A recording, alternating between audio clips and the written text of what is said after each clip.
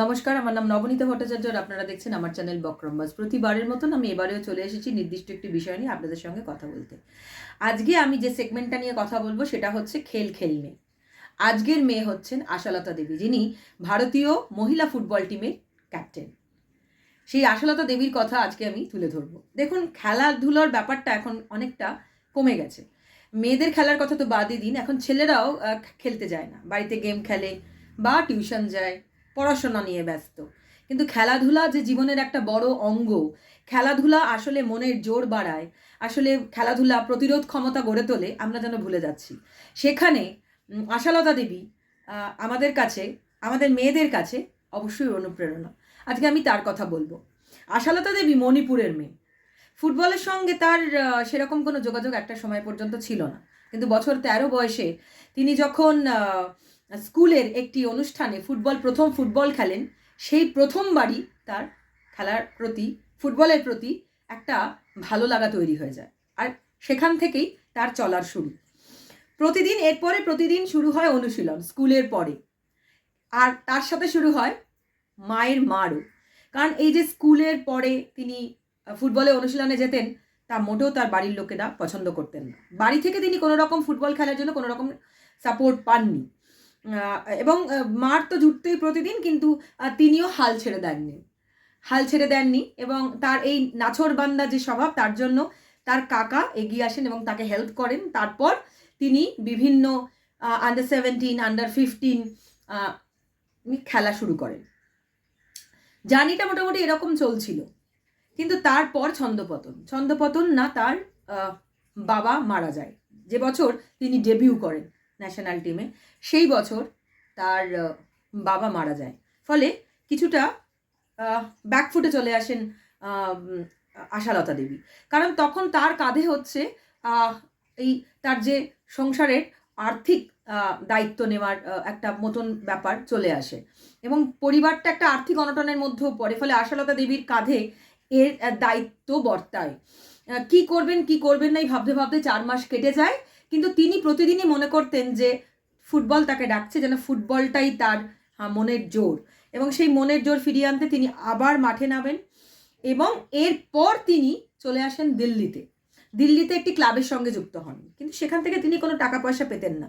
ফলে যুক্ত হন একটি স্কুলের সাথে, যেখানে তিনি সেখানকার বাচ্চাদের অনূর্ধ্ব 15, অনূর্ধ্ব 17দের প্র্যাকটিস করাতেন, খেলা শেখাতেন এবং পিটি শেখাতেন। এবং এইগুলো করার পর সেই সকাল 6টা থেকে বিকেল 5টা পর্যন্ত করার পর তিনি 5টা থেকে 9টা যেতেন অনুশীলনে।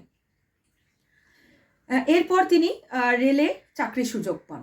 এবার রেলের এই সরকারি চাকরি কারণে তার যেটা হতে শুরু করে, খেলার সঙ্গে তার একটা ডিট্যাচমেন্ট শুরু হতে থাকে, এবং এই ডিট্যাচমেন্ট তার মানসিক যে জোর, তার উপরও প্রভাব ফেলতে থাকে, তার শরীরের উপর প্রভাব ফেলতে থাকে। তিনি হাঁটুতে চোট পান, এবং তিনি দেখেছেন যে ভারতীয় মহিলা ফুটবলের ক্ষেত্রে যদি ফুটবলাররা মানে কোনো রকম শারীরিক চোট পান, তারা আর খেলায় ফেরেন না। কিন্তু ওই যে বললাম, তার খেলার প্রতি যে একটা মানে অসম্ভব আকর্ষণ, ভালো লাগা, ভালোবাসা, সেটার থেকে তার মধ্যে একটা ভয়ের একটা ডিপ্রেশন তৈরি হয়, এবং তিনি মনে করতে থাকেন তিনিও কি আর খেলতে পারবেন না। এই ডিপ্রেশন থেকে একটা সময় পর্যন্ত তিনি আর বেরোনোর কথা ভাবতেই পারেননি।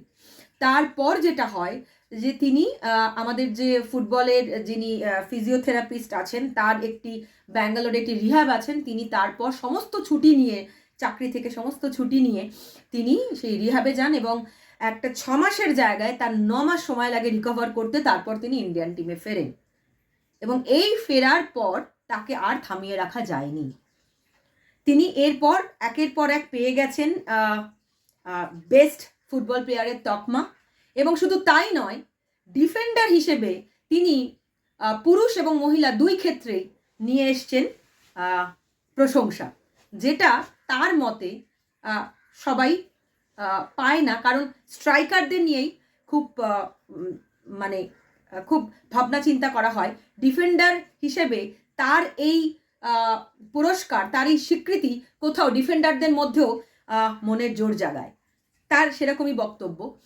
তবে তিনি যেটা বলেছেন, যেটা খুব সুন্দর কথা, যে আসলে যে কোনো জিনিসের প্রতি তোমার ভালোবাসা তোমাকে সেই জিনিসের জন্য তোমার সবটুকু দিতে সাহায্য করবে, তার জন্য জোর লাগবে না।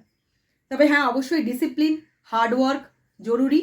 তবে সবার উপর যেটা তিনি বারবার বলছেন যে ভালোবাসা, যে কোনো জিনিসের প্রতি তোমার ভালোবাসা, সেই জিনিসের প্রতি তোমার যে ডেডিকেশন, সেটা বের করে নিয়ে আসে।